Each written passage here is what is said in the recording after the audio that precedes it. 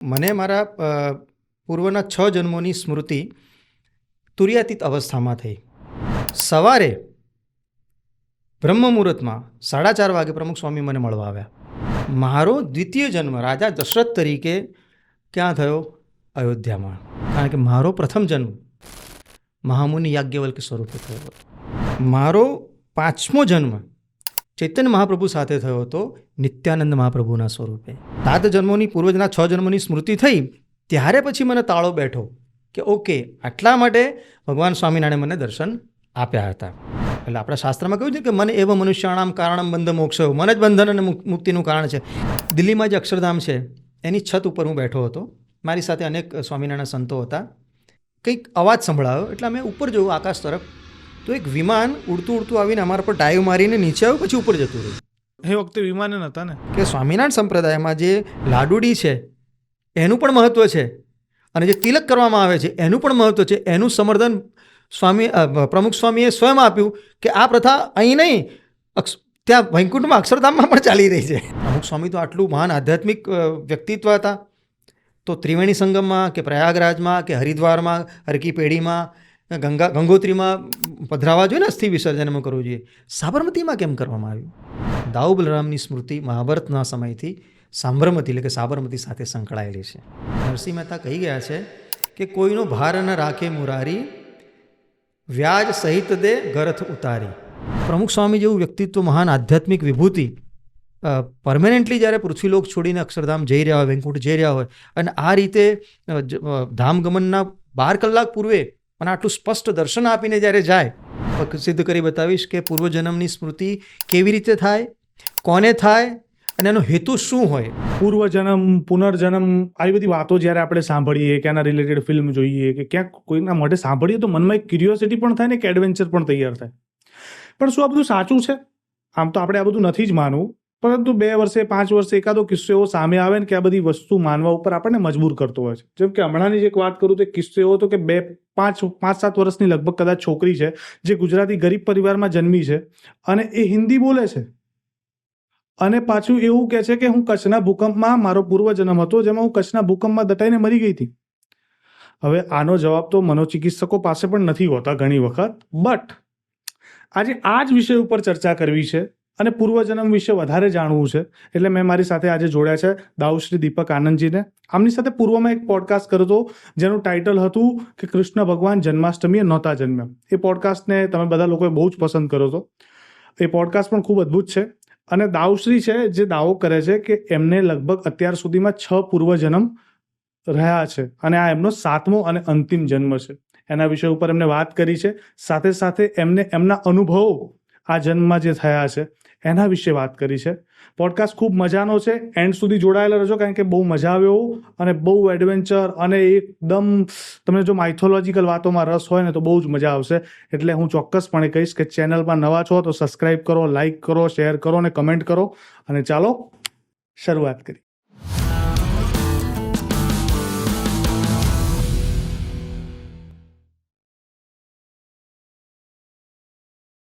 નમસ્કાર દાઉશ્રી. રાધે રાધે અનુજભાઈ. રાધે રાધે. સ્વાગત છે ફરી એકવાર બેઠકમાં તમારું. ધન્યવાદ. પૂર્વમાં આપણે એક બેઠક કરી, બહુ મજાના વિષયની ચર્ચા કરી. કૃષ્ણ ભગવાનની જન્માષ્ટમીના દિવસે જે પોડકાસ્ટ આપણે રિલીઝ કર્યો હતો અને વિષય લોકોને એટલો બધો ગમ્યો હતો. ઘણી બધી કોમેન્ટો આવી, પોઝિટિવ પણ છે, નેગેટિવ પણ છે. પણ ઘણા લોકો એવા પ્રશ્ન પૂછ્યા કે એમાં જે આપણે પૂર્વજન્મની જે ચર્ચા કરી, આપણે એ પૂર્વજન્મ ઉપર લોકોને બહુ ક્યુરિયોસિટી થઈ કે પૂર્વજન્મની જાણ કે એના વિશેની સમજૂતી કે એના વિશેનું જ્ઞાન દાઉશ્રીને કઈ રીતના થયું, એના ઉપર આજે ચર્ચા કરવી છે. અને જો કોઈ વ્યક્તિને પૂર્વજન્મની ઈચ્છા હોય જાણવાની તો એ કઈ રીતના જાણી શકે. ઘણા ખરા કોમેન્ટ જે લોકોએ કરી એમનો તો પ્રશ્ન છે, મારો વ્યક્તિગત પ્રશ્ન પણ છે કારણ કે મને પણ ઈચ્છા છે કે પૂર્વજન્મ જાણી શકાય. અનુજભાઈ, પૂર્વજન્મ એક અત્યારે વિજ્ઞાનની દૃષ્ટિકોણથી જોઈએ તો પશ્ચિમના દેશો પણ એને સ્વીકારવા માંડ્યા છે. પણ સ્પેસિફિકલી મારી વાત કરું તો મને મારા પૂર્વના 6 જન્મોની સ્મૃતિ તુર્યાતીત અવસ્થામાં થઈ. જે તમારો પહેલો પ્રશ્ન જ્યારે તમે મને મળ્યા ત્યારે તમારો સર્વપ્રથમ પ્રશ્ન હતો કે આ અવસ્થા તમારી બુકમાં જે તુર્યાતીત અવસ્થા છે એ શું છે? જાગ્રત, સ્વપ્ન, સુષુપ્તિ, તુર્ય પછીની તુર્યાતીત અવસ્થા છે. તો એ તુર્યાતીત અવસ્થા એ શું છે અને મને એ અવસ્થામાં મારા 6 પૂર્વજન્મોની સ્મૃતિ કેવી રીતે થઈ એના વિશે આપણે સવિસ્તાર એક આખો પોડકાસ્ટ કરીશું જ. તમારો પ્રશ્ન અત્યારે યથાસ્થાને છે, પરંતુ હું જે આપને અત્યારે કહેવા જઈ રહ્યો છું એ તુર્યાતીત અવસ્થાના સટીક પ્રમાણરૂપ એક ઉદાહરણ તમને આપું છું કે તુર્યાતીત અવસ્થા એવી અવસ્થા છે કે જે એની અનુભૂતિ કરે ને એને જ ખબર પડે. એક સિમ્પલ વસ્તુ સમજાવું કે આપણે જ્યારે તમે સ્વપ્ન જોઈ રહ્યા હો છો ત્યારે તમને એવું નથી લાગતું કે હું સ્વપ્ન જોઈ રહ્યો છું. જાગ્રત અવસ્થા તો અલગ છે, પણ જ્યારે સ્વપ્ન જુઓ છો ત્યારે તમને તો એ વાસ્તવિકતા લાગતું હોય છે કે આ વાસ્તવિક છે. પછી જ્યારે તમારી આંખ ઉઘડે ત્યારે તમને ભાન થાય કે ઓ આ તો સ્વપ્ન હતું. આ સ્વપ્ન અવસ્થાની પરિસ્થિતિ છે. સુષુપ્તાવસ્થામાં તો ખ્યાલ જ નથી હોતો. જ્યારે જાગો ત્યારે તમને ખબર પડે કે તમે સૂઈ ગયા હતા ને આવી અનુભૂતિ થઈ આનંદની. તુર્યાતીત અવસ્થા એક એવી અવસ્થા છે ને કે એની અંદર વ્યક્તિ સભાન હોય છે.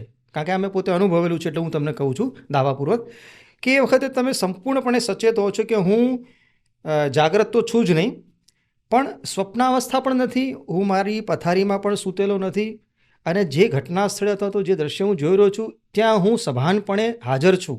આટલી તમને એ વખતે સતર્કતા રહે છે. આ તુર્યાતીત અવસ્થાની પરિસ્થિતિ છે. અને એટલા માટે તુર્યાતીત અવસ્થાની અંદર જે તમને દર્શન થાય, તમને જે પૂર્વજન્મની સ્મૃતિ થાય, અથવા તો જે ઘટના ભવિષ્યમાં બનનારી છે એનું તમને દર્શન થાય, તો એ કેટલું સટીક હોય છે, કેટલું સચોટ હોય છે. હું નાના મોટા તો અનેક અનુભવો તમને કહી શકું એમ છું ને મારા બલરામ સ્મૃતિ પુસ્તકમાં પણ મેં વિસ્તૃતપણે વર્ણવ્યું છે. પણ હું આજે તમને એક એવું મહાનતમ ઉદાહરણ આપવા જઈ રહ્યો છું કે જે તુર્યાતીત અવસ્થામાં થયેલા દર્શનના સટીક પ્રમાણરૂપ છે. સ્વામિનારાયણ સંપ્રદાય અત્યારે જગ પ્રસિદ્ધ છે, અને સંપ્રદાયના એક મહાન વ્યક્તિ, મહાન સંત પ્રમુખ સ્વામી વિશે તો સૌ પરમ વંદનીય પ્રાતસ્મરણીય વ્યક્તિત્વ. હવે પ્રમુખ સ્વામી જ્યારે અક્ષરધામ ગયા ત્યારે તમને નવાઈ લાગશે કે પ્રમુખ સ્વામી 13 ઓગસ્ટ 2016 શનિવારના દિવસે અક્ષરધામ ગયા, સાંજે 4, 4:30, 5ની વચ્ચે. એ દિવસે સવારે બ્રહ્મ મુહૂર્તમાં 4:30 વાગે પ્રમુખ સ્વામી મને મળવા આવ્યા. નવાઈ લાગી ને? આ છે તુર્યાતીતાવસ્થા. હવે જો, હું કોઈ સંપ્રદાય સાથે સંકળાયેલો નથી, કોઈ સંપ્રદાય સાથે સંકળાયેલો નથી, કોઈ ધર્મ અનુયાયી કે કોઈ ધર્મનો અનુયાયી, કોઈ ધર્માચાર્યનો અનુયાયી, કોઈની સાથે સંકળાયેલો નથી. હું સ્વતંત્ર છું. હું સ્વામિનારાયણ સંપ્રદાય સાથે પણ સંકળાયેલો નથી. ક્યારે મેં કંઠી ધારણ કરી નથી, કોઈ દિવસ તિલક કર્યું નથી.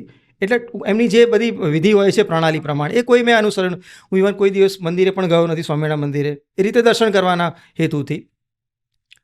તેમ છતાં પ્રમુખ સ્વામી ધામગમન, અક્ષરધામ ગમન પૂર્વે 12 કલાક પૂર્વે મને મળવા શા માટે આવ્યા? હવે આ મોટો પ્રશ્નાર્થ છે, પ્રશ્ન છે ને.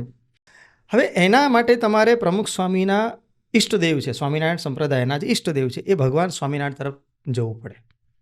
હવે જો ભગવાન સ્વામિનારાયણ અને મારું અસ્તિત્વ શું છે એ હું તો જાણું જ છું. એ સિવાય જે અલૌકિક વ્યક્તિત્વ છે, જે દિવ્ય વ્યક્તિત્વ છે, જેમ કે ભગવાન સ્વામિનારાયણ છે કે બીજા બધા જે મહાન પુરુષો થઈ ગયા, મહાન સંતો થઈ ગયા, જે ભગવત અંશો છે બધા, કારણ કે એ લોકોની દિવ્ય ચેતના છે, એ લૌકિક ચેતના નથી એમની, તો એમને તો ખ્યાલ જ છે. તો ભગવાન સ્વામિનારાયણને ખ્યાલ છે કે મારો આત્મા કયા લોકનો છે. અને એટલા માટે હું તમને એવા અનેક સંયોગો બતાવું છું ભગવાન સ્વામિનારાયણ સાથેના, મારા પોતાના. જો એકાદ બે હોય ને તો તમે એને રેન્ડમ કહી શકો, અથવા તો કોઇન્સિડન્સ સાદી ભાષામાં કહી શકો. યોગાનુયોગી એકાદ બે વસ્તુ મળી ગઈ એમ. ભાઈ તમારું નામ અનુજ છે તો મારો કોઈ ભાઈ હોય એનું નામ પણ જો અનુજ હોય તો એક કોઇન્સિડન્સ થયો. ભાઈ ચલો કે તમારું નામ પણ અનુજ છે, મારા ભાઈનું નામ પણ અનુજ છે, એવા એકાદ બે તમે માની શકો. પણ અહીંયા તો કોઇન્સિડન્સની, દૈવીય સંયોગની આખી એક હારમાળા છે. શરૂઆત કરીએ આપણે કે ભગવાન સ્વામિનારાયણનો જન્મ ક્યાં થયો? અયોધ્યાની પાસે છપૈયામાં, બરાબર. હવે છપૈયામાં, અયોધ્યાની નિકટ ગામ છે છપૈયા. ભગવાન સ્વામિનારાયણનો જન્મ ત્યાં થયો. મારો દ્વિતીય જન્મ રાજા દશરથ તરીકે ક્યાં થયો? અયોધ્યામાં. આ એક પહેલો સંયોગ. હજી તો સંયોગોની હું હારમાળા તમને બતાવું છું. ગણવાની જવાબદારી તમારી. 2, 3, 4 ગણવાની જવાબદારી તમારી. સહજાનંદ સ્વામી, ભગવાન સ્વામિનારાયણનું બાળપણનું નામ હતું ઘનશ્યામ. બરાબર. કૃષ્ણનું નામ પણ ગોકુળમાં શું હતું, અનેક નામો હતા, એમાં એક નામ પણ એનું હતું ઘનશ્યામ. આગળ સાંભળો. 11 વર્ષની ઉંમરે ભગવાન સ્વામિનારાયણે ઘર છોડી દીધું અને ભારત ભ્રમણ કરવા નીકળી પડ્યા હતા. બરાબર છે. કૃષ્ણે પણ 11 વર્ષ અને 52 દિવસે ગોકુળ છોડી અને મથુરા ગયો. બરાબર છે. હવે આગળ જો કૃષ્ણએ ગુજરાતના દ્વારકામાં પોતાની કર્મભૂમિ બનાવી, આખા ભારતમાં જન્મ એનો મથુરામાં થયો, પછી જેલમાંથી ભાગીને અડધી રાત્રે વૃંદાવન ગયો ગોકુળમાં, ત્યાંથી પાછો મથુરા આવ્યો, પણ આખરે એણે ક્યાં મુકામ કર્યો, કર્મભૂમિ પોતાની ક્યાં બનાવી? ગુજરાતમાં, દ્વારકામાં. અને અહીંયા જાણે પોતાની અવતાર લીલાનું સંવરણ કર્યું. ભગવાન સ્વામિનારાયણ પણ 8 કે 9 વર્ષ આખા ભારતનું પરિભ્રમણ કર્યું, હિમાલયથી માંડીને 4 ધામને બધે, રામેશ્વર, જગન્નાથપુરી, પણ છેવટે ક્યાં મુકામ કર્યો? ગુજરાતમાં. આ સંયોગો તમે ગણતા રહેજો. ભગવાન સ્વામિનારાયણે શિક્ષાપત્રીની રચના કરી, જે અત્યારે સ્વામિનારાયણ સંપ્રદાયનો પ્રમુખ ગ્રંથ માનવામાં આવે છે. શિક્ષાપત્રીની રચના એમણે વસંત પંચમીના દિવસે કરી. બલરામ સ્મૃતિ જે મેં ગ્રંથ લખ્યો, એની રચના પણ મેં લખવાની શરૂઆત 2020ની સાલની વસંત પંચમીના દિવસે કરી હતી. હજી આગળ સંયોગો જોજો. જન્મતિથિ પ્રમાણે જોઈએ તો મારી જન્મતિથિ વસંત પંચમી છે, અને સ્વામિનારાયણ સંપ્રદાયની અંદર શાસ્ત્રીજી મહારાજ, બ્રહ્માનંદ સ્વામી, નિષ્કુળાનંદ સ્વામી, આમની જન્મતિથિ પણ વસંત પંચમી છે. આ સંયોગો જુઓ તમે, કોઈ રેન્ડમ કોઈ વસ્તુ નથી. મેં હમણાં તમને કહી કે 1-2 ઘટના થઈ ગયો તો મેં કોન્સિડન્સ માની લ્યો. શિક્ષાપત્રીની અંદર 95, 97 અને 99ના નંબરના શ્લોકની અંદર સ્વામિનારાયણ ભગવાને સ્પષ્ટપણે, જો આપણા હિન્દુ સનાતન વૈદિક ધર્મમાં, સનાતન વૈદિક હિન્દુ ધર્મમાં કેટલા બધા શાસ્ત્રો છે, કેટલા બધા ગ્રંથો છે, સ્વામિનારાયણ ભગવાને સ્પેસિફિકલી 1 નહીં, 2 નહીં, 3 જગ્યાએ, હું શ્લોક ક્રમાંક સાથે તમને કહું છું, 95, 97 અને 99ની અંદર યાજ્ઞવલ્ક સ્મૃતિનો ઉલ્લેખ કર્યો. યાજ્ઞવલ્ક સ્મૃતિનો ઉલ્લેખ કરીને કહ્યું કે આને આપણે પ્રમાણિત ધર્મગ્રંથ માનવો. કેમ? કારણ કે મારો પ્રથમ જન્મ મહામુનિ યાજ્ઞવલ્ક સ્વરૂપે થયો હતો, જે તમે બલરામ સ્મૃતિમાં ઉલ્લેખ કર્યો છે. હા, મારા 6 પૂર્વના 6 જન્મના મેં પ્રમાણ સાથે ડિટેલમાં વર્ણન કરીને લખ્યું છે. એમાં પ્રથમ જન્મ મારો યાજ્ઞવલ્ક મુનિ તરીકેનો હતો. સ્વામિનારાયણ ભગવાને પણ 1 નહીં, 2 નહીં, 3 જગ્યાએ યાજ્ઞવલ્ક સ્મૃતિનો ઉલ્લેખ કરીને કહ્યું, અને મારા પુસ્તકનું નામ પણ બલરામ સ્મૃતિ છે. એના પછી એમણે 120 નંબરના શ્લોકમાં, ટોટલ 212 શ્લોક છે આઈ થિંક શિક્ષાપત્રીમાં, તો 120 નંબરના શ્લોકમાં એમણે સ્પેસિફિકલી બલભદ્ર શબ્દોનો ઉપયોગ કર્યો છે. હવે જો કૃષ્ણની સાથે કેટલા બધા કેરેક્ટર હતા, નંદ, યશોદા, એમના માતા પિતા દેવકી, વસુદેવ, રાધાજીનો તો ઉલ્લેખ કર્યો જ છે સ્વામિનારાયણ ભગવાને, શરૂઆતથી જ કર્યો છે અને વચ્ચે ઘણી વખત કર્યો છે, પણ એના સિવાયનું જો કોઈ મહત્વનું કેરેક્ટર એમણે ઉલ્લેખ કર્યો હોય તો એ બલભદ્ર. કેમ? મારો દ્વિતીય જન્મ બલરામ તરીકેનો, બલભદ્ર તરીકેનો હતો, જે સ્વામિનારાયણ ભગવાનને સુપરિચિત મારા આત્માના અસ્તિત્વથી. એટલા માટે એમણે સ્પેસિફિકલી શિક્ષાપત્રીમાં 120 નંબરના શ્લોકમાં બલભદ્ર શબ્દોનો ઉપયોગ કર્યો. 108 નંબરમાં, 108 નંબર એટલે 108 આપણા શાસ્ત્રની અંદર બહુ મહત્ત્વનો ક્રમ ગણાય છે. 108 મણકાની માળા હોય છે, ઘણા બધા એના એ છે. 108 નંબરના શ્લોકમાં ભગવાન સ્વામિનારાયણ શું કહે છે ભગવાન શ્રી કૃષ્ણ વિશે? સ શ્રી કૃષ્ણ પરબ્રહ્મ ભગવાન પુરુષોત્તમ ઉપાસ્ય ઇષ્ટદેવોનો સર્વાવિર્ભાવ કારણમ. ભગવાન સ્વામિનારાયણ કૃષ્ણ વિશે કહે છે કે આ કૃષ્ણ કોણ છે? સ શ્રી કૃષ્ણ પરબ્રહ્મ, આ પરબ્રહ્મ છે, બ્રહ્મ નહીં, બ્રહ્મથી પારનું તત્વ પરબ્રહ્મ, ભગવાન છે, પુરુષોત્તમ છે, અને ઉપાસ્ય ઇષ્ટદેવોનો, આ આપણા ઉપાસ્ય દેવ છે, અને સર્વાવિર્ભાવ કારણમ, આ સર્વ કારણોનું કારણ છે. સમજાય તમે? હવે જો આ સર્વાવિર્ભાવ કારણમનો તમને હું ક્યાં પ્રમાણ આપું? બ્રહ્મ સંહિતાની અંદર સૃષ્ટિ કરતા બ્રહ્માજી ભગવાન શ્રી કૃષ્ણ વિશે કહે છે, ઈશ્વર પરમ કૃષ્ણ સચ્ચિદાનંદ વિગ્રહ અનાદિરાદિર ગોવિંદ સર્વ કારણ કારણમ. એ જ શાસ્ત્રનો પ્રમાણ લઈને ભગવાન સ્વામિનારાયણે ભગવાન શ્રી કૃષ્ણ વિશે કહ્યું સર્વાવિર્ભાવ કારણ. એટલે ભગવાન શ્રી કૃષ્ણ વિશે સ્વામિનારાયણ ભગવાન સુપરિચિત હતા અને એટલા માટે જ હું એમનો નિત્યસિદ્ધ પરિકર સંકર્ષણ છું એ એમને જ્ઞાત હતું. એટલા માટે એમણે શિક્ષાપત્રીમાં વારંવાર યાજ્ઞવલ્ક સ્મૃતિનો ઉલ્લેખ કર્યો અને બલભદ્ર નામનો પણ ઉલ્લેખ કર્યો. એનાથી વિશેષ તમને કહું કે જ્યારે જગન્નાથપુરીમાં ભગવાન સ્વામિનારાયણ પરિભ્રમણ કરતાં કરતાં ગયા ત્યારે તેના રાજા એમનું બહુ સન્માન કર્યું. રથયાત્રામાં રથ પર ભગવાનના રથની આગળ એમને બિરાજિત કર્યા. શા માટે જગન્નાથપુરીનું આટલું મહત્ત્વ છે સ્વામિનારાયણ ભગવાનના જીવનમાં, એમની પરિભ્રમણ યાત્રામાં? ચૈતન્ય મહાપ્રભુ, તમે જગન્નાથપુરીનું નામ દો એટલે ચૈતન્ય મહાપ્રભુ સ્મરણમાં આવ્યા વગર રહે જ નહીં. મારો 5મો જન્મ ચૈતન્ય મહાપ્રભુ સાથે થયો હતો નિત્યાનંદ મહાપ્રભુના સ્વરૂપે. એ સ્વામિનારાયણ ભગવાનને સ્મૃતિમાં હતું. એટલા માટે એમણે જગન્નાથપુરીની અંદર સવિશેષ ત્યાં રોકાણ કર્યું, ભગવાનના દર્શન કર્યા, રથયાત્રામાં ભાગ પણ લીધો. હજી એનાથી આગળ તમને કહું, ભગવાન સ્વામિનારાયણે જેતલપુરમાં, અહીં આપણે જે જેતલપુર ગુજરાતમાં ગામ છે, ત્યાં મંદિરની સ્થાપના કરી. રેવતી બલરામની મૂર્તિની પ્રાણ પ્રતિષ્ઠા કરી એમણે. કોની?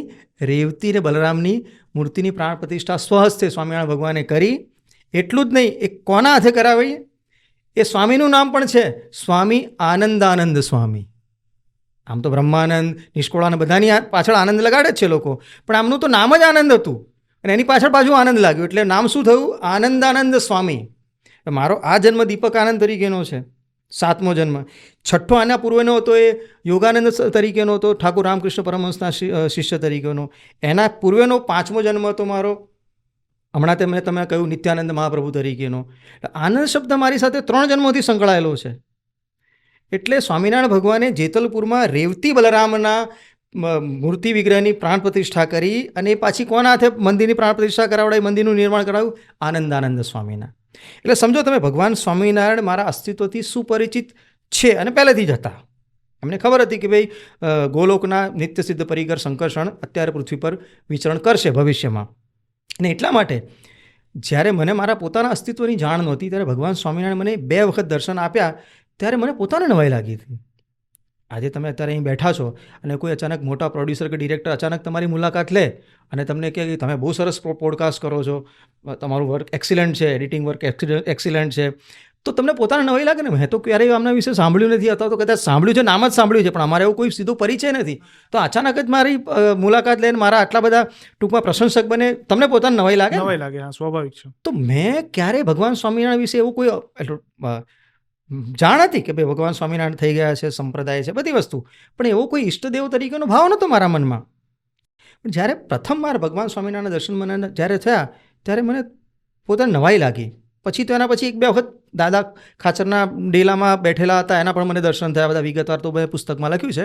આ દર્શન થયા પછી જ્યારે મને મારા બલરામ 7 જન્મોની પૂર્વજના 6 જન્મોની સ્મૃતિ થઈ ત્યારે પછી મને તાળો બેઠો કે ઓકે, આટલા માટે ભગવાન સ્વામિનારાયણે મને દર્શન આપ્યા હતા.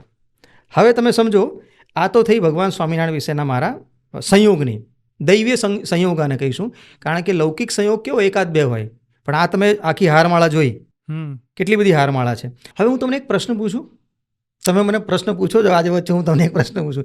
ભગવાન સ્વામિનારાયણનું એક નામ છે સહજાનંદ સ્વામી. હા, તો સહજાનંદ નામ કેવી રીતે પડ્યું? એકચ્યુઅલી મને કોઈ આઈડિયા નથી. મને જ્યાં સુધી ખ્યાલ છે ત્યાં સુધી સ્વામિનારાયણ સંપ્રદાયમાં પણ કદાચ ભાગ્યે જ કોઈને ખ્યાલ હશે. અચ્છા. ઉપનિષદમાં આ નામની વ્યાખ્યા કરેલી છે. ઉપનિષદ કહે છે, એવમ સહજાનંદે યદા મનો લીયતે તદા શાંભવી ભવતી તામેવ ખેચરી માહુ. શાંભવી મુદ્રા, જેને ખેચરી મુદ્રા પણ કહેવામાં આવે છે, એની વ્યાખ્યા કરતા ઉપનિષદ કહે છે કે જેનું મન લય પામી ચૂક્યું છે, મન જ્યારે લય પામે, એટલે આપણા શાસ્ત્રમાં કહ્યું છે કે મન એવ મનુષ્યાણામ કારણમ બંધ મોક્ષ, મન જ બંધન અને મુક્તિનું કારણ છે. એ મન જ જ્યારે વિલય પામી જાય ત્યારે આત્મા તમારો સદા આનંદમાં રમવા લાગે. તો જ્યારે સહજાનંદ સ્વામીએ એટલે નીલકંઠ વર્ણી સ્વરૂપે જ્યારે ભારત પરિભ્રમણ કર્યું અને જ્યારે એમણે તપશ્ચર્યા કરી, સાધના કરી, ત્યારે એમનું મન સંપૂર્ણપણે નિર્વિકાર, નિર્વિષય થઈ ગયું, શુદ્ધ થઈ ગયું, કેવલ આત્મ સ્વરૂપ થઈ ગયું, અહમ બ્રહ્માસ્મિની એમને અનુભૂતિ થઈ. એટલા માટે અહીંયા જે શાસ્ત્રમાં કહ્યું ઉપનિષદમાં કે એવમ સહજાનંદે યદા મનોલીયતે તદા, જેનું મન વિલય પામે છે એ સહજાનંદ છે. એટલે એટલા માટે મારા દૃષ્ટિકોણથી સહજાનંદ ભગવાન સ્વામિનારાયણનું એક નામ સહજાનંદ સ્વામી છે. એ આ દૃષ્ટિકોણથી છે કે એમનું મન નિર્વિકાર નિર્વિષય થઈ ગયું છે અને સહજ આનંદમાં સ્થિત રહે છે. એ કાયમ શાંભવી મુદ્રામાં ખેચરી મુદ્રામાં જ સ્થિત રહે છે. એટલા માટે એમનું એક નામ છે સહજાનંદ સ્વામી. હવે આપણે આવીએ. હવે પ્રમુખ સ્વામી અને ઈષ્ટદેવ હતા પ્રમુખ સ્વામીના ભગવાન સ્વામિનારાયણ. એટલે કોઈ પણ ગુરુ હોય, આપણે એક લૌકિક ઉદાહરણ લઈએ. કોઈ પણ ગુરુ હોય એ પોતાના શિષ્યની ઉન્નતિ ઈચ્છતો હોય. એ કોઈ બીજા રાજ્યમાં રહેતો હોય અને આ બીજા રાજ્યમાં એનો શિષ્ય રહેતો હોય. એ રાજ્યની અંદર કોઈ એવો વ્યક્તિ હોય જે એના શિષ્યની ઉન્નતિ કરી શકતો હોય. સમજો કે કોઈ સંગીતકાર હોય, કોઈ ગાયક કલાકાર હોય, શાસ્ત્રીય ગાયક હોય, તો કે ભાઈ તમારા રાજ્યમાં એક ગુરુ છે, સંગીત ગુરુ છે, તું એની પાસેથી આ ઘરાનાની થોડી ઘણી તાલીમ લે. શિષ્યને એના જે ઓરિજિનલ સદગુરુ હોય એને, જે સંગીત ગુરુ હોય એને પ્રેરણા કરે કે તું આમની પાસેથી પણ થોડું ઘણું શીખ, કારણ કે એ ગુરુને ખબર છે કે આ ગુરુની અવસ્થા કેવી છે. તો સહજાનંદ સ્વામી મારા અસ્તિત્વથી તો પરિચિત હતા જ છે.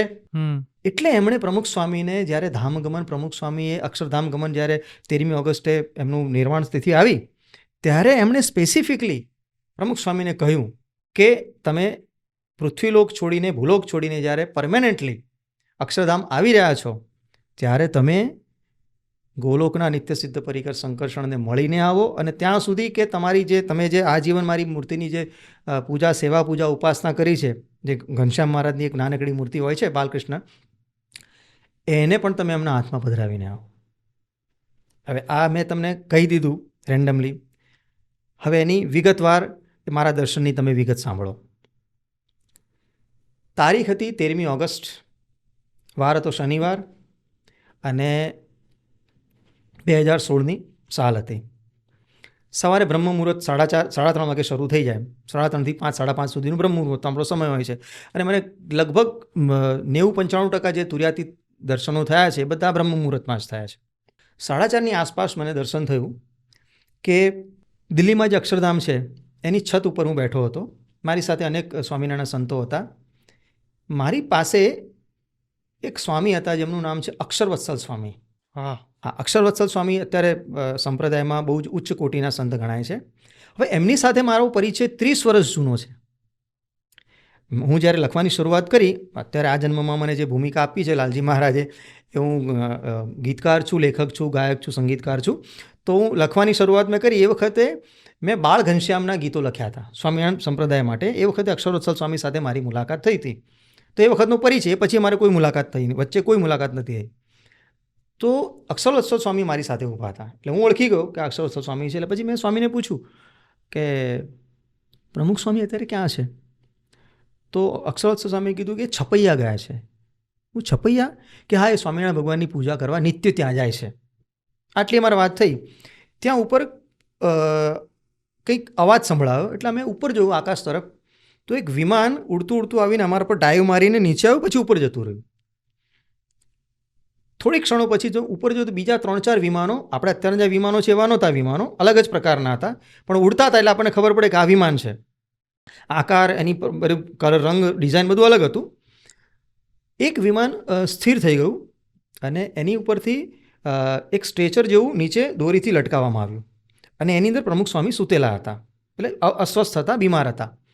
નીચે ઉતારવામાં આવ્યું અને એમના ચરણ પેલી તરફ હતા અને મુખ સૂતેલા હતા. એટલે મુખ આ મારી સમક્ષ સન્મુખ હતું. એટલે મને એમનું મુખ દર્શન થતું નહોતું. એ મનમાં મેં વિચાર્યું કે હવે જો હું તમને આ દર્શન પૂર્વે એક વાત કહી દઉં સ્પષ્ટતા, કે મેં આ પૂર્વે ક્યારેય પ્રમુખ સ્વામીને પ્રત્યક્ષ જોયા નથી, ક્યારેય નહીં. મારી મુલાકાત થઈ જ નથી ક્યારેય. એટલે આ કોઈ સાયકિક ઇલ્યુઝન હોય અથવા તો મારું ચિંતન હોય એના કારણે કે હું પ્રમુખ સ્વામીનું ચિંતન કરું છું અથવા તો એમનો ભક્ત છું, અનુયાયી છું, એટલે આવું કોઈ ઇલ્યુઝન થયું હોય, આ કોઈ તર્ક કરી શકે. પણ આમાં એવો કોઈ સ્કોપ છે નહીં. હું મળ્યો જ નથી ક્યારે જીવનમાં, તો પછી કરવાનો પ્રશ્ન નથી. પણ મારા મનમાં એવી ઈચ્છા થઈ કે આટલા મહાન સંત છે અને મને એમના મુખ દર્શન થઈ જાય તો ધન્યતા અનુભવાય. એમ મારા મનમાં વિચાર આવ્યો ને તરત જ પ્રમુખ સ્વામીએ સહેજ પાછું વળીને, અસ્વસ્થ હતા પણ તેમ છતાં એમણે મારા મનના વિચારો વાંચી લીધા અને એમણે પાછું વળીને જોયું. મેં એમના મુખના દર્શન કર્યા અને પ્રણામ કર્યા મનોમન. પછી અચાનક મારી બાજુમાં એક સ્વામી આવીને ઊભા રહ્યા અને એમણે મને કહ્યું તમે આ લો. એટલે મને તો પહેલાં નવાઈ લાગી કે શું આપી રહ્યા છે. જોયું તો એક ગાદી જેવું હતું ને એમાં મૂર્તિ, મેં હમણાં તમને જે વાત કરી હરિકૃષ્ણ મહારાજની મૂર્તિ, જે ગોપાલાનંદ સ્વામીથી માંડીને યોગીજી મહારાજ ઘણા અને આખી પરંપરા છે, તે લોકો એની સેવા પૂજા કરી છે. એના પછી પ્રમુખ સ્વામી પાસે એ મૂર્તિ આવી હતી. અત્યારે મહંત સ્વામીજી એની સેવા પૂજા કરી રહ્યા છે. તો એ મૂર્તિ એમણે મારા હાથમાં પધરાવી. એ મૂર્તિ મેં હાથમાં લીધી અને પછી આગળ લોકો ચાલવા માંડ્યા. સ્વામી બધા પ્રમુખ સ્વામીને લઈને આ બાજુ લોકો ચાલતા હતા, અમે બધા પાછળ ચાલતા હતા. એમાં કોઈક એવો પ્રશ્ન પૂછ્યો કે એટલે સંખ્યા વિશે, કે અહીંયા ઉપસ્થિત કેટલા લોકો હશે, સંખ્યા વિશે પ્રશ્ન પૂછ્યો. એટલે મેં મારી થોડી મજાકિયા અંદાજમાં કહ્યું, મેં કીધું 50 હીરો તો હશે જ, કારણ કે આગળ સુપરસ્ટાર પ્રમુખ સ્વામી જઈ રહ્યા છે, એટલે 50 હીરો તો હશે. બસ હસતા હસતા અમે લોકો આગળ ગયા અને ત્યાં બધા લોકો તાળી પાડીને હેપી સ્વામી બાપા એમ કરીને એમનો હર્ષનાદ જય જયકાર કરતા હતા. અમે લોકો આગળ ગયા. આગળ જઈને થોડોક ડાબા હાથે પ્રમુખ સ્વામીને લઈ જવામાં આવે, અમે લોકો જમણા હાથે ગયા અને પછી એ મૂર્તિ મેં જે સ્વામી આવ્યા હતા એમના હાથમાં પરત કરી દીધી અને પછી તરત મારું દર્શન પૂરું થયું. મારી આંખ ઉઘડી ગઈ. 15-20 મિનિટ આખું દર્શન ચાલ્યું હશે. આંખ ઉઘડી ગઈ, મેં જોયું 4:45-5ની આસપાસ સમય થયો હતો. એટલે મને નવાઈ લાગ્યું કે આ દર્શન, જો કે આની પૂર્વે હું અનેક દર્શન કરી ચૂક્યો હતો અને બધાની પ્રમાણિકતા પણ અનુભવી ચૂક્યો હતો. એટલે મને ખબર તો પડી જ ગઈ કે આ દર્શન પાછળનું શું રહસ્ય છે. હવે આ રહસ્ય વિશે, આ દર્શન વિશે હું કોને જણાવું? એટલે પછી મેં એક મારા મિત્ર છે, અહીંયા BIPS શાહીબાગમાં સેવા આપી રહ્યા છે, એમનું નામ છે આશીષ ચોંડાગર. આશીષ ચોંડાગર મારા મિત્ર છે અને એમને મેં SMS કોઈ સવારે 6 વાગે, તો તમે કોઈને ફોન કરો તો કોઈ આઘાત લાગે કે સવારના પોરમાં 6 વાગે ફોન, એટલે મેં માત્ર ખાલી જય સ્વામિનારાયણ કરીને SMS કર્યો એમને. અને એના 2 કે 3 દિવસ પછી રક્ષાબંધન હતી. એટલે એમની પત્નીને મૂકવા એ કાલુપુર સ્ટેશને ગયા હતા. એટલે એમનો તરત ઉત્તર આવ્યો નહીં, પણ થોડી વાર પછી એમનો મેસેજ આવ્યો કે હુકમ સાહેબ. એટલે એમની ભાષામાં મને પ્રત્યુત્તર આપ્યો એમ. પછી થોડાક સમય પછી લગભગ 8:30-9ની વચ્ચે મારા ફોન પર વાત થઈ અને એ ફોન 19 મિનિટ ને 20 સેકન્ડ જેટલો લગભગ ચાલ્યો, 19:30-20 મિનિટ જેટલો. એમાં મેં આખું દર્શન એમને કહ્યું, આશીષભાઈને મેં આખા દર્શન વિશે વિગત આપી કે મેં આવા દર્શન મને, અને એ મારા, અમે એ વખતે 2-3 વર્ષથી પરિચયમાં હતા, એટલે મારા થોડાક આધ્યાત્મિક પાસાથી થોડા પરિચિત હતા. એટલે એમને નવાઈ ના લાગી. એમણે સહર્ષ સ્વીકાર કરી લીધો અને કહ્યું કે તમને આ દર્શન થયા, અમારા ગુરુજીના આ રીતે, બહુ સારી વાત કહેવાય, ધન્યતા કહેવાય.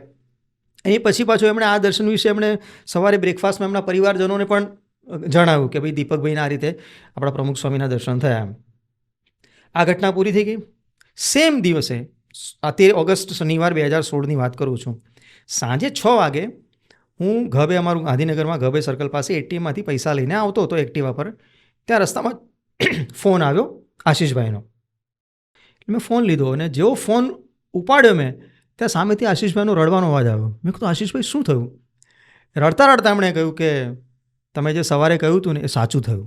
અચ્છા, મતલબ કે સેમ ડે આ ઘટના ઘટિત થઈ કે સ્વામીજી ધામ ગમન થયા, એ પહેલા જ તમે ઘટના આશીષભાઈને કહી દીધી? હા, અને મેં કહી દીધી એમને પણ દીધી કે આ રીતનું આખું થયું હતું, વિમાન આવ્યું અને ઉતર્યું, બીજા વિમાનો હતા, પ્રમુખ સ્વામીને લઈ ગયા. આ બધી ઘટના એમને અક્ષરશઃ, મેં કહ્યું ને 19 મિનિટ ને 20 સેકન્ડ મારો ફોન ચાલ્યો હતો એ દિવસે સવારે. અરે મારે શું છે કે એ વખતે હું ફોન રેકોર્ડ નહોતો કરતો, મારા ફોન અંદર સિસ્ટમ નહોતી, મેં અપલોડ નહોતું કર્યું. પછી થોડું કામના સંદર્ભમાં પછી રેકોર્ડિંગ કરવાનું સ્ટાર્ટ કર્યું હતું. ક્યારેક ઘણી વખતે મારે વાતચીત કોઈ પ્રોડ્યુસરની સાથે થાય તો ડેટા માટે હું કરતો હતો. પણ એ વખતે મેં સ્ક્રીનશોટ લઈ લીધો. એ જે અમારો ફોન રેકોર્ડ થયો હતો, SMS કર્યા એના સ્ક્રીનશોટ લઈ લીધા, જે આજની તારીખમાં પણ ઉપલબ્ધ છે. તો એ સાંજે એમનો ફોન આવ્યો અને તરત ફોન કરીને મને કહ્યું એમણે કે તમે જે કહ્યું હતું સવારે અક્ષરશઃ સાચું પડ્યું. 50% તો મને ખ્યાલ હતો જ કે શું થશે ને શું થવાનું છે, પણ આવું તો આપણે વિચારી ના શકીએ ને કે પ્રમુખ સ્વામી અક્ષરધામ ગમન કરી જશે એમ. ઠીક છે, મને એમ થયું કે ભાઈ દર્શન થયું, જે કદાચ લાલજી મહારાજે ઘણું બધું મને બતાવ્યું છે, એમાંનું એકા દર્શન હશે એમ.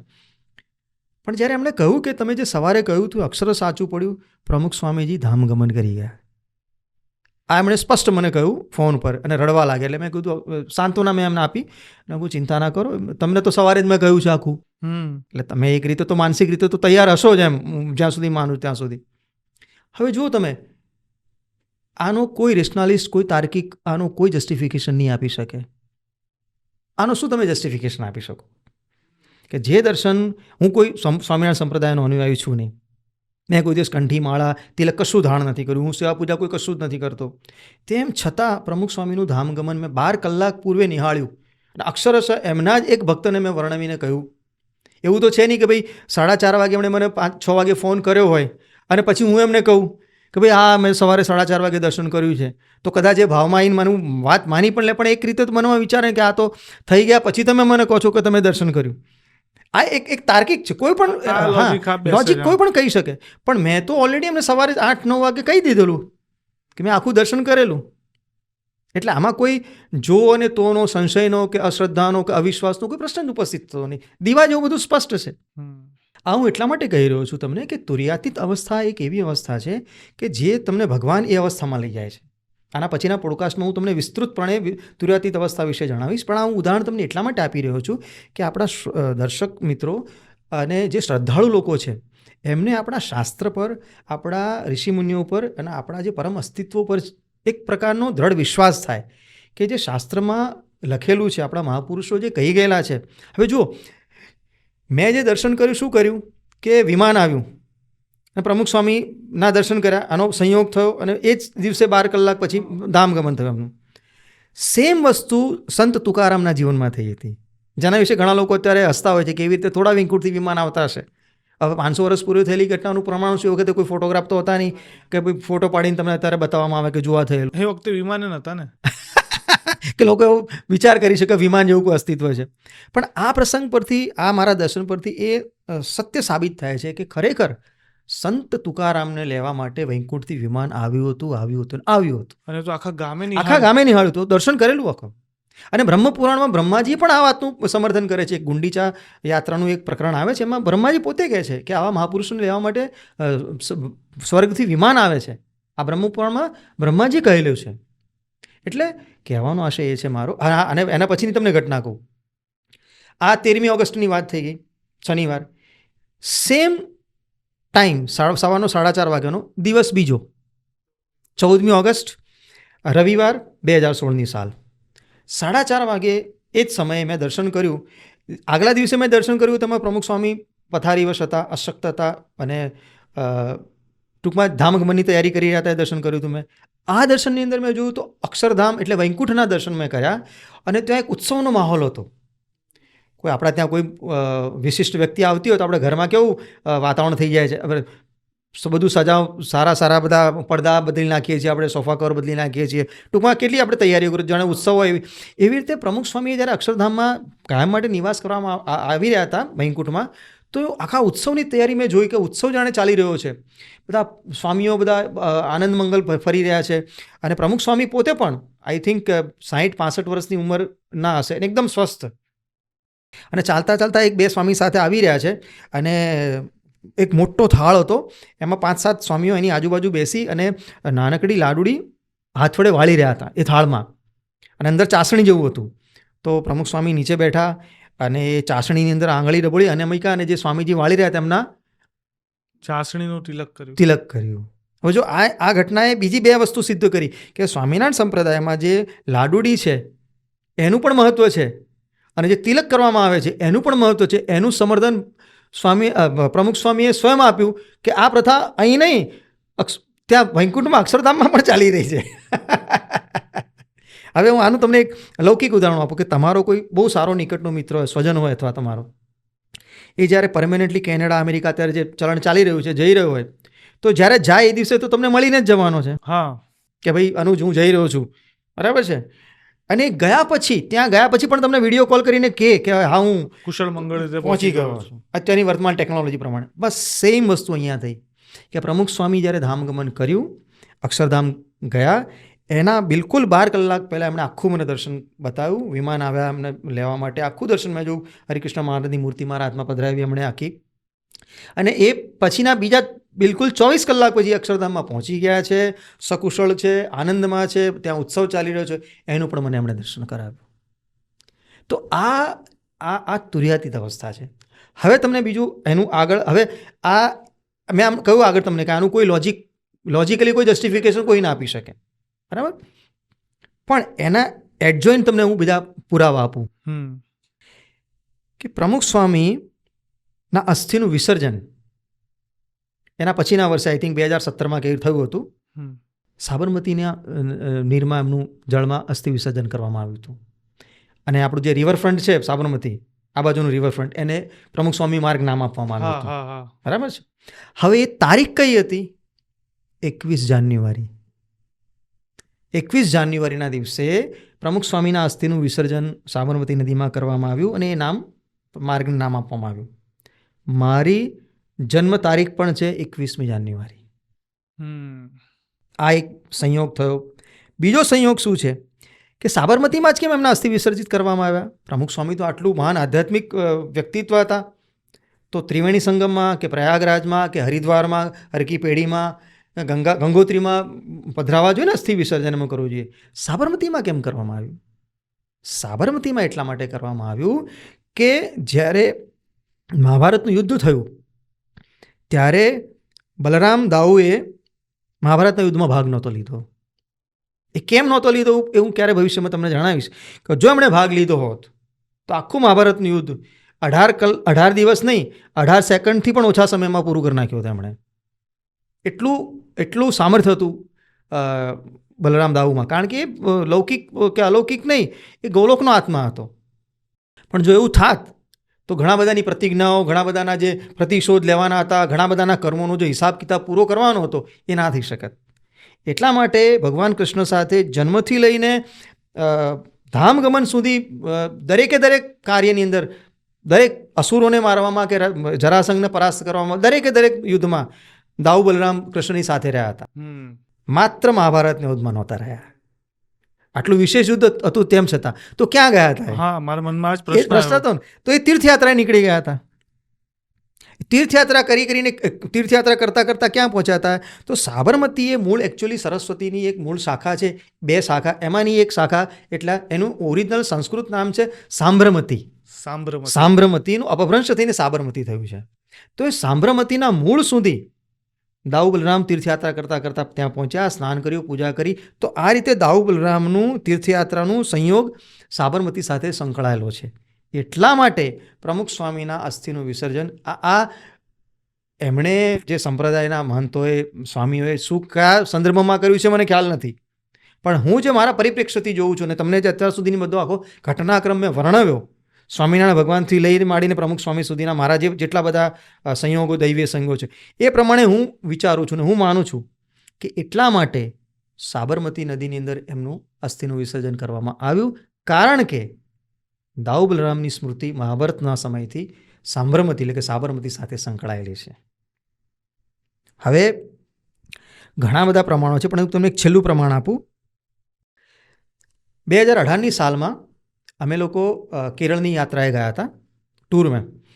તો જે અક્ષર ટ્રાવેલ્સ કરીને અમદાવાદમાં બહુ મોટું ટ્રાવેલ્સ છે, એની અંદર અમે લોકોએ બુકિંગ કરાવ્યું હતું. આ હું ઘટના એટલા માટે કહી રહ્યો છું કે જે નરસિંહ મહેતા કહી ગયા છે કે કોઈનો ભાર ન રાખે મુરારી, વ્યાજ સહિત દે ગરથ ઉતારી. એટલે વ્યાજ સહિત તમારું ઋણ ચૂકત કરી દે છે ભગવાન. તો એ વખતે કેરળના ટૂર વખતે એ અક્ષર ટ્રાવેલ્સની અંદર એક કર્મચારી હતો, એનું નામ હતું સિદ્ધાર્થ. એ સ્વામિનારાયણ સંપ્રદાય, એકચ્યુઅલી અક્ષર ટ્રાવેલ્સ સ્વામિનારાયણ સંપ્રદાયના એક છે વ્યક્તિ, એમનું જ છે આ અક્ષર ટ્રાવેલ્સ. એ પોતે પણ સ્વામિનારાયણ સંપ્રદાયનો હતો સિદ્ધાર્થ.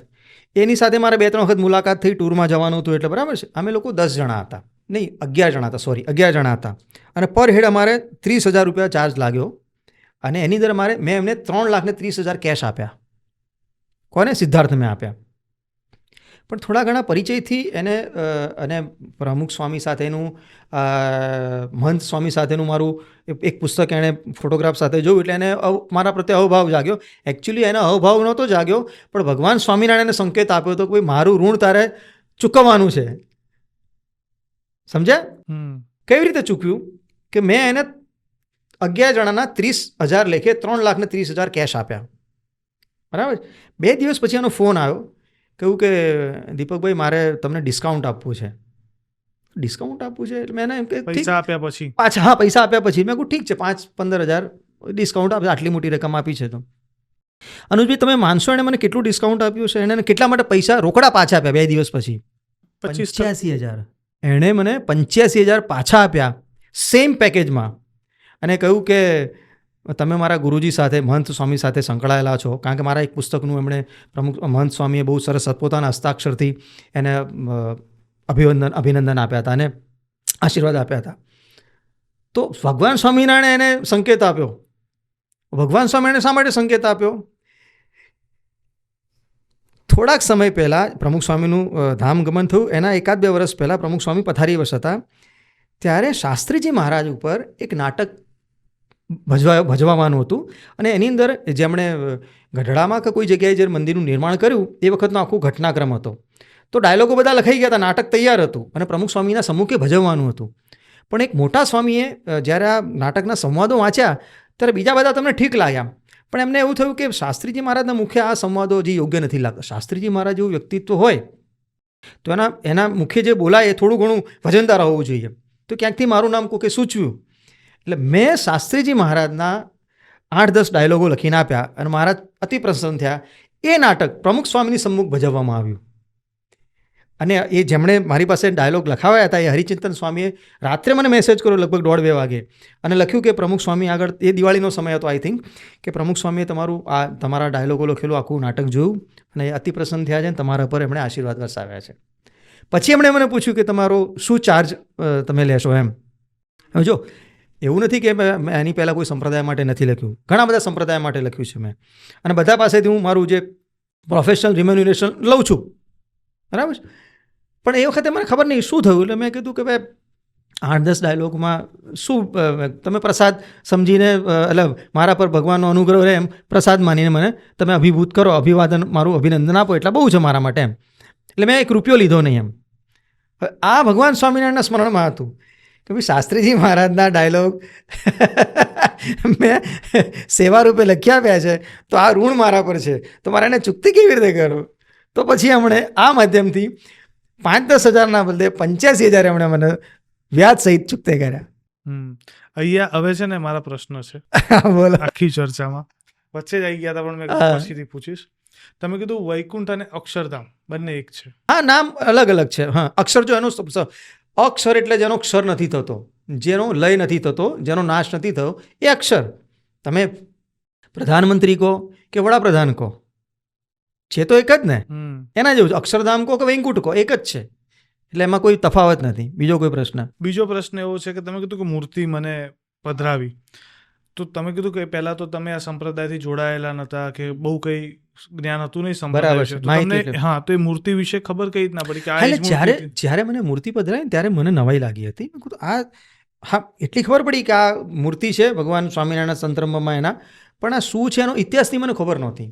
પણ અમારા એક જૂના પડોશી હતા, એને મેં સ્વામિનારાયણ સંપ્રદાયના છે, એને મેં પૂછ્યું, મેં કહું આવું કોઈ મૂર્તિ જેવું કંઈ છે? એટલે પછી એણે મને ફોટોગ્રાફ બતાવ્યો પ્રમુખ સ્વામીનો એ મૂર્તિના, અને કહ્યું કે અહર્નિશ પ્રમુખ સ્વામી આ મૂર્તિ એમની પાસે જ રાખે છે અને નિત્ય સેવા પૂજા કરે છે એમની. એટલે એ મૂર્તિ એમણે મને મારા હાથમાં પધરાવી હતી. એટલે આ ભગવાન સ્વામિનારાયણ સંભવ છે કે એમણે સંકેત આપ્યો હોય, કારણ કે તમે જુઓ કે સ્વામિનારાયણ સંપ્રદાયની અંદર કેટલા અનુયાયીઓ છે, હજારો લાખો અનુયાયીઓ છે, હું તો છું જ નહીં. તેમ છતાં પ્રમુખ સ્વામી જેવું વ્યક્તિત્વ, મહાન આધ્યાત્મિક વિભૂતિ પરમેનન્ટલી જ્યારે પૃથ્વીલોક છોડીને અક્ષરધામ જઈ રહ્યા હોય, વૈકુંઠ જઈ રહ્યા હોય અને આ રીતે ધામગમનના 12 કલાક પૂર્વે અને આટલું સ્પષ્ટ દર્શન આપીને જ્યારે જાય, ત્યારે એ તુર્યાતીત અવસ્થાની અંદર થયેલા દર્શનને તમે ભ્રમણા કે સાયકિક ઇફેક્ટ કે કોઈ રીતે ઇલોજિકલ ના માની શકો. કારણ કે આ મેં કહ્યું ને, હસ્તામલક જેવું છે, હાથ કંગન કો આરસી ક્યાં, આ સ્પષ્ટપણે છે. ના, પણ બહુ અદ્ભુત રીતે મને આખી વાત ને પ્રસંગ તમે જે કીધો એ સાંભળવો પણ ગમ્યો અને મેં તો પુસ્તક આખું વાંચેલું છે, એટલે મને હવે રેફરન્સ મળે. હા, રેફરન્સ મળે છે જ્યારે જ્યારે તમે જેમ જેમ વાત કરતા જાઓ છો ને. મેં આ ચર્ચા ઉપરથી પ્રશ્નો બહુ જાગૃત થયા છે મારા, અને હવે મારે જાણવું છે કે પુનર્જન્મ, જે મારો મૂળ સવાલ હતો પણ જે આપણે વિષય બદલી દીધો, પણ પૂર્વજન્મની આપણે કઈ રીતના શોધ કરી શકીએ કે મારો પૂર્વજન્મ કયો હતો, અને આ જે તુર્યાતીત ભાવ છે એનું ડિટેલમાં મારે સમજવું છે. આ બધા વિષય ઉપર ચર્ચા કરવી છે, પણ આ પોડકાસ્ટની લિમિટ, સમય મર્યાદા હવે પૂર્ણ થાય છે, એટલે આના માટે આપણે નેક્સ્ટ પોડકાસ્ટ કરીએ છીએ.